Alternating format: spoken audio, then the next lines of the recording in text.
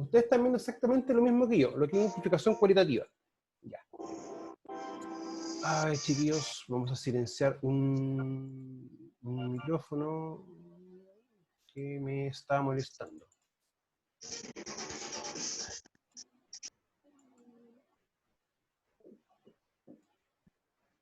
Ya. A ver, la etapa cualitativa es importante tenerla o empezar a tomarla en consideración. Cuando uno empieza a trabajar ya para empezar a construir una matriz de riesgo, que esto es lo primario, es lo más básico, uno a veces comete errores, en el sentido de que uno ve lo que se hace, ve los riesgos y chao.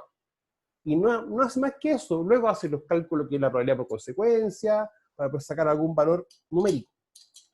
Hasta ahí nada raro.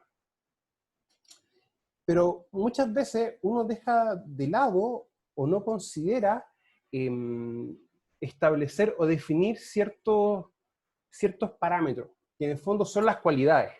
Ya. Cuando uno ve las cualidades, uno dice, ¿por qué? En Chile existen distintos protocolos MinSal, protocolos del Ministerio de Salud, que dan, por ejemplo, asociado a lo que es exposición al ruido, lo que es exposición al polvo con contenido de sílice libre y cristalizada, y también empieza a haber ciertos temas musculoesqueléticos y también factores psicosociales. Son distintos protocolos que abordan distintas temáticas. Hay dos protocolos que para nosotros son súper importantes, que es Prexor y Planesi, ruido y sílice. Esos dos protocolos, junto con lo que es protocolo psicosocial y el famoso TEMER, son los 4 protocolos que prácticamente se aplican en gran parte de la industria. Bueno, lo que es sílice no se aplica, por ejemplo, mucho en lo que es retail, bueno, algún labor similar, ¿ya? Pero sin embargo, por ejemplo, en lo que es fabricación de pan, o lo que es fabricación de algún elemento que pueda tener algún polvo neumoconógeno, ya que en el fondo la sílice se puede clasificar desde esa perspectiva, uno tiene que aplicar medidas de control muy similares a lo que establece Prexor. Ahora, yo tengo que muchas veces entender que nosotros debemos hacer un control de los riesgos, y eso nace también por una obligación legal. Sin embargo, cuando uno dice mi peligro, riesgo, medidas de control, listo, uno ve eso, pero uno no establece las cualidades del entorno. Y esto tenemos que tenerlo bien claro, porque cuando ya empecemos a trabajar con los protocolos Prexor y Planesi, nos vamos a dar cuenta que la etapa primaria de estos ambos protocolos es la identificación cualitativa, que en el fondo es establecer las cualidades de nuestro entorno. Uno también lo puede entender como qué elemento del GEMA, o qué elemento de mi trabajo, digamos llegar al punto del GEMA nuevamente, cómo se comporta, qué puede originar, cómo son sus características. O sea, no es lo mismo estar trabajando con una maquinaria pesada nueva que con una maquinaria pesada que tenga 15, 20 años. O sea, ese equipo va a presentar alguna falla distinta a un equipo nuevo. No es lo mismo estar trabajando con equipos que tengan planes de mantenciones constantes que se realicen y que se chequeen constantemente que un equipo que no tenga esa condición. Entonces, uno tiene que darse cuenta que las cualidades o las características de cada elemento en lo que participan en un trabajo va a hacer que tengamos diferencias a la hora de poder identificar esto. Ahora, la identificación cualitativa, uno siempre la va a tomar desde 3 puntos de vista: lo que es análisis de entorno, análisis propiamente de las tareas y la inspección de equipo y herramientas. Quizás este elemento, como aparece en el video, que ojalá lo vean, porque tiene una reproducción, igual lo subí tarde, no le discuto eso, pero véanlo, porque les va a ayudar a poder responder el foro y también la tarea. ¿Es importante? Sí. Y de hecho yo con esto cumplo lo que respecta al artículo 22 del Decreto Supremo 40, que es verificar y mantener los equipos en perfecto funcionamiento. Quizás no me aporte mucho a la hora de poder hacer una identificación cualitativa para yo generar documentos, pero sin embargo genera documentos que me permite poder hacer prevención de riesgos, pero de la parte operativa. Recuerden, la prevención de riesgos siempre va a ir en 2 partes, la parte documental y la parte operación. En el fondo, la actividad que se hace en el terreno es la actividad de día a día. Y eso tengamos que dividirlo así siempre, porque si yo no tengo mi estándar documental bien estructurado, bien elaborado, lo que yo hago como las actividades en terreno no van a servir de mucho, porque uno va a estar haciendo cosas por hacer, no bajo una planificación. Lo que son las planificaciones, eso tenemos que verlo también en Seguridad Industrial 2, ya que es como la lo principal o lo inicial para entender un sistema de gestión. ¿Ya? Que vamos a tener que trabajar con un sistema de gestión estándar, pero vamos a ver en su momento. Ahora, esto sin embargo, la inspección de equipo y herramientas me permite trabajar las cualidades antes de yo realizar mi trabajo. ¿Ya? Y eso es importante. Recuerden que si yo sé que un equipo está malo y lo trabajo y lo ocupo igual y me accidento, eso ya pasa a ser una negligencia inexcusable por parte del trabajador. Ahora, si el empleador sabe que un equipo está malo y no le da el aviso respectivo al trabajador, ya estamos hablando de otra cosa. Ahí puede ser un dolo o un cuasi delito de homicidio, de que hay diferencias marcadas, más o menos marcadas, pero esas son las dos figuras, las tres figuras legales en realidad. Más adelante, cuando tengamos un tempito, vamos a hacer como lo que tiene relación con lo que es responsabilidad civil y penal. Ya que cuando yo les explique eso más tangible, se van a dar cuenta de que, o sea, nosotros tenemos que hacer pega, pero hay pega que tiene que también hacer el empleador y la línea de supervisión. O sea, nosotros llegamos hasta un punto, y otro punto es la responsabilidad que tiene que también asumir. Ahora, de que un experto en prevención, por hacer más su trabajo, pueda tener un tema en lo civil y en lo penal, ¿ya? O sea, también hay eso, pero uno tiene que hacer bien su trabajo para evitar tener que llegar a aquello. Ahora, los análisis de entorno es como lo principal para yo poder hacer una etapa o una evaluación cualitativa. ¿Ya? Vamos a entenderlo así. Y es muy sencillo. Cuando uno empieza a ver un procedimiento de trabajo o la estructura de un procedimiento de trabajo, un PTS, que también le pueden decir procedimiento de trabajo seguro, va a tener una estructura como objetivo, el alcance, y después sale el personal que realiza la tarea, equipos y herramientas utilizados, ¿ya? Y ahí nosotros ya empezamos a tener dos componentes del GEMA. El análisis de entorno no es nada más ni nada menos que realizar una actividad sencilla, que es por cada tarea, actividad, perdón, proceso, actividad o tarea que yo tenga, voy a hacer una ficha. Y en esa ficha coloco trabajo tanto, lo realizan tantos trabajadores y hago una breve descripción o un punteo de los distintos elementos del GEMA. Y eso, chiquillos, háganlo como ejercicio. Y de hecho va a ser también parte de un trabajo, que no va a ser nada difícil. ¿Por qué eso lo digo, chiquillos? Porque cuando uno ya tenga que empezar a analizar las condiciones del ambiente en lo cual yo realizo una tarea, condición del ambiente de trabajo, ahí tengo que ver bien qué agente inteligénico tengo. Tengo frío, calor, temperatura, radiación ultravioleta, radiación electromagnética, por ejemplo, ¿ya? O tengo la presencia de algún agente químico, como un polvo con una sustancia química. Y eso, chiquillo, me va a obligar automáticamente a tener que hacer evaluaciones específicas al ambiente de trabajo y al personal que realiza la tarea. Por eso que esta unidad de análisis, que uno en el fondo lo define así, lo que yo voy a analizar, ya. La palabra analizar desde el punto de vista de la prevención de riesgo tiene que tener un objetivo claro, o un sentido más bien claro y definido. Es que yo voy a analizar algo, pero en base a un criterio. O sea, yo defino mi criterio primero. Y cuando uno define un criterio, a la hora de evaluar riesgos, uno, por ejemplo, define el VEP, que es la probabilidad de que ocurra algo por su consecuencia, el famoso valor esperado de pérdida. Y ahí uno va definiendo distintos elementos, criterios. Si voy a, por ejemplo, evaluar una condición del ambiente de trabajo, ¿cuál sería mi criterio de análisis? Una muestra sanguínea o una muestra de orina, dependiendo de la gente. Si es ruido, ok, tiene que hacer un examen médico, que es una audiometría. Y previo a eso también medir el ambiente de trabajo y la dosis que la persona está captando. O sea que con el agente ruido tengo que hacer una medición en el ambiente donde realizo la tarea, una medición en el trabajador de lo que él capta de ruido y también un examen al cuerpo del trabajador, en este caso al sistema auditivo. Entonces, eso es importante, chiquillos, porque si yo no identifico eso claramente en mi peligro y en las cualidades de este, lo que yo haga a la hora de hacer la evaluación, que es la segunda etapa, no lo voy a hacer de manera correcta. Un riesgo mal evaluado es un riesgo mal controlado. Ahora, un riesgo no reconocido a partir de la identificación de un peligro no va a ser bien reconocido, bien evaluado y bien controlado. Ahora, consta en poder reconocer los distintos elementos presentes en el entorno que rodea la ejecución de un proceso, actividad o tarea. Me equivoqué con la letra A. ¿Ya? Y recuerden que lo que uno va a analizar proceso, actividad, tarea, va a depender realmente del tipo de evaluación que uno haga. ¿Ya? Pero eso más o menos no es tan complejo de entenderlo. Ahora, esta se realiza describiendo los distintos elementos del GEMA, que están presentes e interactúan entre sí, por lo que nos interesa reconocer las cualidades presentes, ya que es lo que nos ayuda a identificar los peligros tanto para la seguridad como de la higiene industrial. Ahora, el GEMA, como un sistema, ¿ya? Y no solamente nos va a ayudar a entender las causas de los accidentes, sino que también nos va a ayudar a poder identificar previamente la generación de alguna condición o algún problema que, si este se desencadena, va a poder ocasionar un accidente o alguna falla operacional dentro de nuestra operación.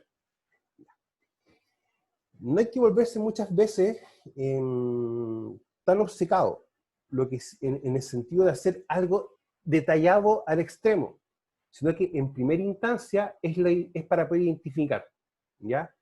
Y eso hay que tenerlo bien claro.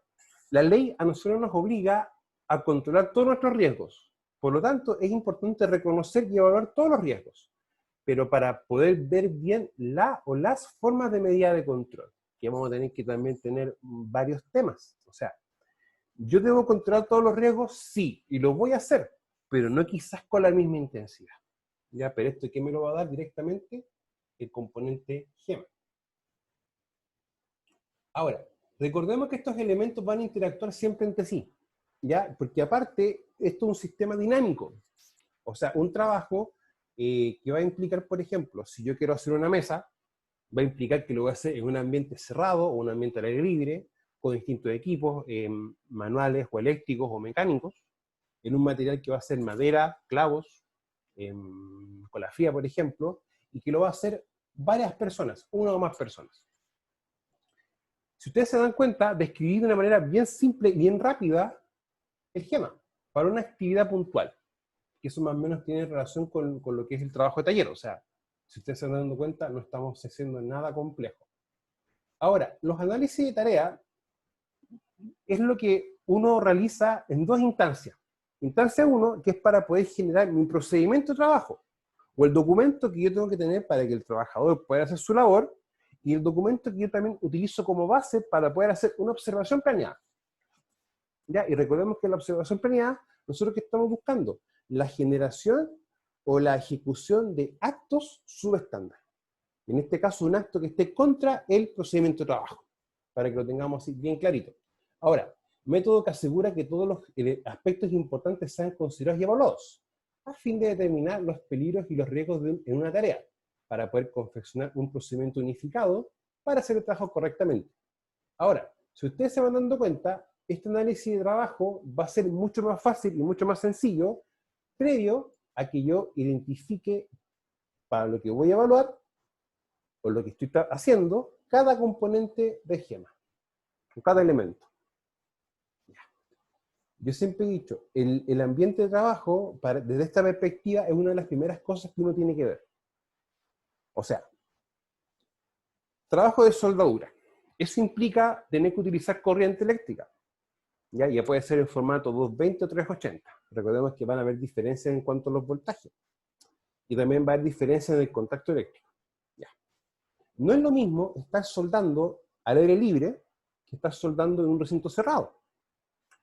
¿Por qué razón motivo? Para que va a influir lo que es la temperatura y lo que es la humedad. Y tenemos algo ya claro. O sea, soldar con humedad y a cierta temperatura es más complejo de hacer. ¿Ya? Porque podemos propiciar un tema de un contacto eléctrico o la generación de un arco eléctrico. Ahí ya tenemos un tema un poco más complejo.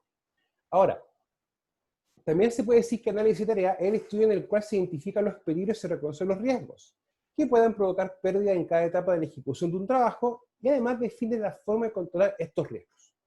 ¿Ya? Y esto es lo que uno tiene que hacer también de manera diaria. O sea, yo por eso les explicaba que el análisis de tarea va a tener siempre esos dos objetivos. Algo que yo hago para hacer un procedimiento, pero también algo que yo tengo que hacer todos los días cuando hago un trabajo nuevo, o un trabajo que yo hago de manera habitual. ¿Por qué? Porque es importante establecer o definir si habrá algún cambio en la condición presente para yo poder tomar las respectivas o hacer el respectivo control de estos riesgos. Ahora, ¿cómo realizamos el análisis de trabajo? Siempre en esta etapa del curso tenemos que enfocarnos en la etapa A, B y C, que en el fondo seleccionar el trabajo, y ya viene a ser algo más como qué proceso, actividad y tarea vamos a evaluar, ¿ya? Entenderlo de esa perspectiva, dividir el trabajo en sucesivas etapas, que es algo que ustedes ya hicieron, en lo que son los diagramas de flujo, ¿ya? O intentaron hacer los diagramas de flujo. Debemos conversar ese tema el día de mañana. Y luego, cuando yo divido el trabajo en las etapas sucesivas, ahí tengo que empezar a hacer identificación de peligros. Recuerden que un peligro es foco, acto, situación, condición. Y esta identificación de peligros también pasa por tener, o más o menos, un desarrollo de los elementos del GEMA. Porque recordemos que una condición, por ejemplo, ¿qué puede ser? Temperatura ambiental, humedad. ¿Y eso yo cómo lo evalúo? O si tengo sobre 20-25 grados, ¿cómo evalúo el efecto de la temperatura en el trabajador? De ahí que es importante que nosotros también hagamos eso, identificar los peligros. ¿Para qué? Para reconocer y evaluar los riesgos asociados a cada etapa. Si un trabajo se hace en 5 etapas, y en cada etapa voy a tener uno o más riesgos, recordando que el riesgo es la interacción de la persona con esa etapa o con ese peligro. Entonces, tengo mi peligro identificado, tengo mis riesgos, y luego evalúo cada riesgo. Cada riesgo evaluado, cada riesgo que tiene una medida de control. Y así uno va trabajando. Porque en el fondo, cuando uno va, ya sea un trabajo en terreno, ya sea una observación o una inspección, eso es lo que uno está viendo. Cómo se hace el trabajo y cómo son las medidas de control. ¿Ya? Hay casos a veces que cuando uno tenga que hacer inspecciones van a haber algunas diferencias, por si acaso. En la práctica, estos van a ser siempre los criterios para seleccionar el trabajo. ¿Pueden haber más? Sí. Y eso ya muchas veces va a quedar al sentido de lo que uno quiera, o lo que uno quiera realizar en sí. Recordemos que más abajo están las inspecciones y van a haber distintos tipos de inspecciones. Cuando viene el trabajo, no hacer muchas divisiones, ni hacer una división muy general. O sea, ni mucho, ni poco. O sea, un punto medio. Cuando uno a veces comete el error en realizar o dividir las etapas del trabajo, es colocar ciertas etapas en lo que uno dice, utilizar el EPP o colocarse el EPP. En la práctica, el elemento de protección personal es una medida de control y debe estar dentro de una etapa inicial a realizar el trabajo. Cuando ustedes empiezan ya, o empecemos ya en taller 2 y en taller 3 a trabajar esto más de manera más tangible, vamos a trabajar definiendo una etapa previa antes de empezar a trabajar, en el trabajo y después de trabajar. 3 etapas. Y esto nos ayuda a ser sistemático, porque al trabajador hay que generarle o crearle conductas. Que el trabajador, antes de hacer su trabajo, tenga todos los elementos verificados, y si le falta algo, tenerlo para empezar a trabajar, y que el trabajo sea netamente eso, hacer el trabajo, pero con todos los elementos de control previamente ya definidos. Y al terminar el trabajo, limpiar, ordenar, o preparar algún otro elemento para poder trabajar al día siguiente, o para dejar ese lugar en condiciones adecuadas. Ese último, muchas empresas lo llaman o lo dicen housekeeping. Ustedes saben que el chileno tiene como esa normalidad de tomar palabras en idioma inglés y llevarlo a uno, y uno lo traduce de mala manera, o de buena manera. Pero housekeeping es una actividad que en el fondo es tendiente a eso, a limpiar y ordenar todo el lugar de trabajo, ¿ya? Y el hombre en sí muchas veces es desordenado para trabajar. Y lo van a ver. Y lo van a ver, y lo van a ver. Créanme que eso se van a acordar de mi concepto. Ahora, identificar los peligros y reconocer los riesgos presentes. Una vez registrados los pasos más importantes, se deben ubicar los riesgos que pueden presentarse tanto para los trabajadores como para los equipos de instalaciones, involucrados en la operación. Y eso es importante, chiquillos. Muchas veces van a haber riesgos que quizás no va a afectar directamente a la persona, pero va a afectar al ambiente de trabajo. Y esto uno siempre tiene que tomarlo en cuenta con los riesgos críticos. O sea, si por ejemplo tengo un riesgo en el cual va a implicar que la persona pueda morir o tener uno de los 7 tipos de accidentes graves, eso involucra un factor importante, detención y paralización de faena. O sea, va a afectar la operación completa. De ahí importante, y va a afectar, ojo, si yo tengo un accidente fatal o grave y no tengo una paralización, una autodetención de faena, ya que la ley me especifica así, yo tengo que detener mi faena y dar el aviso respectivo, vamos a tener problemas. ¿Ya? Y problemas bien complejos, chiquillos. Lo que es inspección de equipo y herramientas, que es algo que nosotros ya hemos estado viendo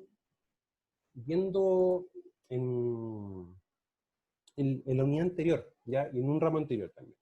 Pero lo importante, chiquillo, es esto: detectar y controlar la generación de condiciones subestándar antes de que ocurra, ¿ya? Y es importante siempre buscar los distintos problemas que se puedan presentar en el GEMA. Cuando uno trabaja bajo ley de subcontratación, la famosa 20.123, uno puede hacer ingreso a un área de trabajo de una empresa mandante o una empresa que uno presta servicio como empresa, pero en ese aspecto la empresa mandante debe verificar algo y debe hacer una inspección previa al ambiente de trabajo y también a algún equipo material que esté presente, porque ellos también son legalmente responsables de temas de seguridad de la empresa contratista. Por lo tanto, si ellos no entregan áreas chequeadas y áreas verificadas, están también haciendo un incumplimiento a lo que es la ley de subcontratación. O sea, la parte legal, chiquillo, muchas veces en temas de seguridad es como un poco amplia, en algunos aspectos un poco difusa y en algunos aspectos es, esto tienes que hacer. Y créanme que hay que hacerlo así. ¿Ya? La ley en ese aspecto no dice o no quita la responsabilidad a la empresa contratista o a la empresa mandante. Y eso, chiquillos, es así. O sea, en muchos aspectos es muy bueno que esté esa ley. Cuando uno ya empieza a ver los tipos de inspecciones, tenemos las planeadas, las generales y parte áreas o equipos críticos. Y esto es lo que a mí me interesa siempre. O sea, estas inspecciones uno siempre las hace, ¿ya? Y las hace de una manera más relajada, más light. Pero en la práctica, esto que está acá, si yo tengo un trabajo que implica 7 tipos de accidentes graves o 2 tipos de fatal, eso se tiene que hacer al inicio y dependiendo del trabajo de manera constante en el tiempo. O sea, si uno, por ejemplo, va a hacer maniobras de izaje, que en el fondo levantar carga y manipularlo de un lugar a otro, yo tengo un factor crítico, que es la velocidad de viento, la velocidad nominal de viento. Y en ese aspecto debo tener un anemómetro y estar midiendo el viento de manera constante. Porque si el viento aumenta o supera cierta velocidad, no se puede hacer un trabajo y a otra velocidad un poco mayor, el trabajo se detiene. Y eso, chiquillos, es importante tomarlo en cuenta. Y ahí tenemos, si empezamos a darnos cuenta de ese ejemplo que yo les coloqué, que es el famoso maniobra de izaje, vamos a tener una condición del ambiente de trabajo. O sea, velocidad, el viento es una condición del ambiente. Por lo tanto, ¿qué medidas de control yo aplico para eso? Ah, medición de viento. Al inicio y durante la maniobra de trabajo. Por eso, chiquillos, es importante empezar a darle esa como vuelta de rueda al concepto GEMA muchas veces, ¿ya? Porque uno, cuando evalúa o hace trabajos para ver temas de riesgo, uno se mecaniza y uno hace todo de manera mecánica. Pero esto, chiquillos, como ejercicio es importante hacerlo. Chiquillos, voy a dejar dejar de compartir. Y me interesa si ustedes tienen alguna pregunta o consulta, chiquillos. Sí, profesor, una consulta. Dígame. Respecto a lo que usted explicaba del GEMA, hay que aplicar, se supone en la práctica, una medida de control a cada una de las etapas del GEMA. ¿Va así como fraccionado por parte en ese sentido? Lo que pasa es que yo prefiero a veces ver, tengo algo que hacer una evaluación y prefiero ver automáticamente los componentes para ver qué medida de control aplicar en alguno de los aspectos. O sea, si estoy trabajando en lugares cerrados y tengo, por ejemplo, alguna sustancia química que puede pasar a fase gaseosa, debo hacer una medida de control en el ambiente de trabajo, que es extracción de aire contaminado e inyección de aire limpio. Pero también debo hacer, quizás, ver bien cómo también puedo trabajar con las personas, en este caso algún medio de protección respiratoria. Y también ver, por ejemplo, si tengo algún equipo extractor de gases o alguna campana extractora, ver si, por ejemplo, está operativa o tiene también un tema de filtros. O se le colocó el filtro adecuado, si tiene un P100 o un filtro EPA, que hay diferencia entre el tema de filtrado. Pero es importante identificar cada uno de los elementos, porque las medidas de control muchas veces quizás no van a estar directamente sobre el trabajador, o alguna medida de control que tiene que aplicar el trabajador para alguno de estos componentes. O sea, sería bueno que nosotros trabajásemos en un lugar donde tengamos un radio de 5 o 6 metros sin nada, y tú trabajando ahí solo.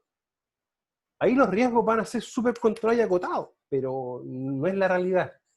Yo siempre invito a hacer este ejercicio, porque cuando yo trabajaba, ejercía como experto, esto nunca lo tomaban en cuenta. Y después cuando había que hacer trabajo o modificar documentos, era como que, oye, ¿y esto cómo se hace?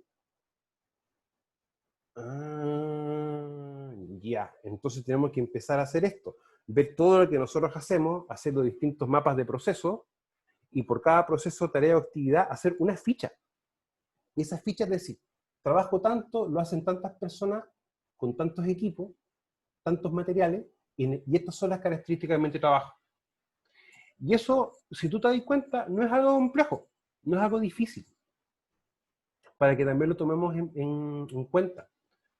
Yo se lo digo porque en la práctica, si tenemos, por ejemplo, ruido en el ambiente de trabajo, o equipo que genere ruido, o equipo que genere polvos, o un material como, por ejemplo, un mineral o una roca con contenido mineral que genera polvos, debo hacer un control en la gente y implementar medidas de control asociados al ambiente. Y estas medidas pueden estar sobre el material, por ejemplo, que una medida de control básica es humectarlo, colocarle agua. Una medida de control básica en el equipo es confinarlo, encofrarlo o colocar un sistema de extracción de aire o de tierra. Si te das cuenta, las medidas de control no van a ser necesariamente sobre la persona, van a ser en los distintos elementos del GEMA, pero también entendiendo de que la gente es también la que tiene que aplicar o verificar el funcionamiento de una medida de control. Ya, mi idea de mañana es ver un caso estandarizado o un caso ejemplo, y también vamos a hacer un ejemplo de cómo realizar una inspección. Por eso quiero que mañana hagamos un taller diferenciado, porque me interesa que ustedes, por ejemplo, vamos a ver cómo realizar un cargador frontal, por ejemplo. Ya vamos a hacer algo muy similar a lo anterior. Rodrigo, no sé si usted tiene alguna otra consulta, o sus compañeros tienen alguna otra consulta. No, profesor, va a subir video igual para mañana, ¿cierto? Creo que no. Con la clase de mañana va a subir. No voy a subir video, porque lo vamos Ya, a hacer ok.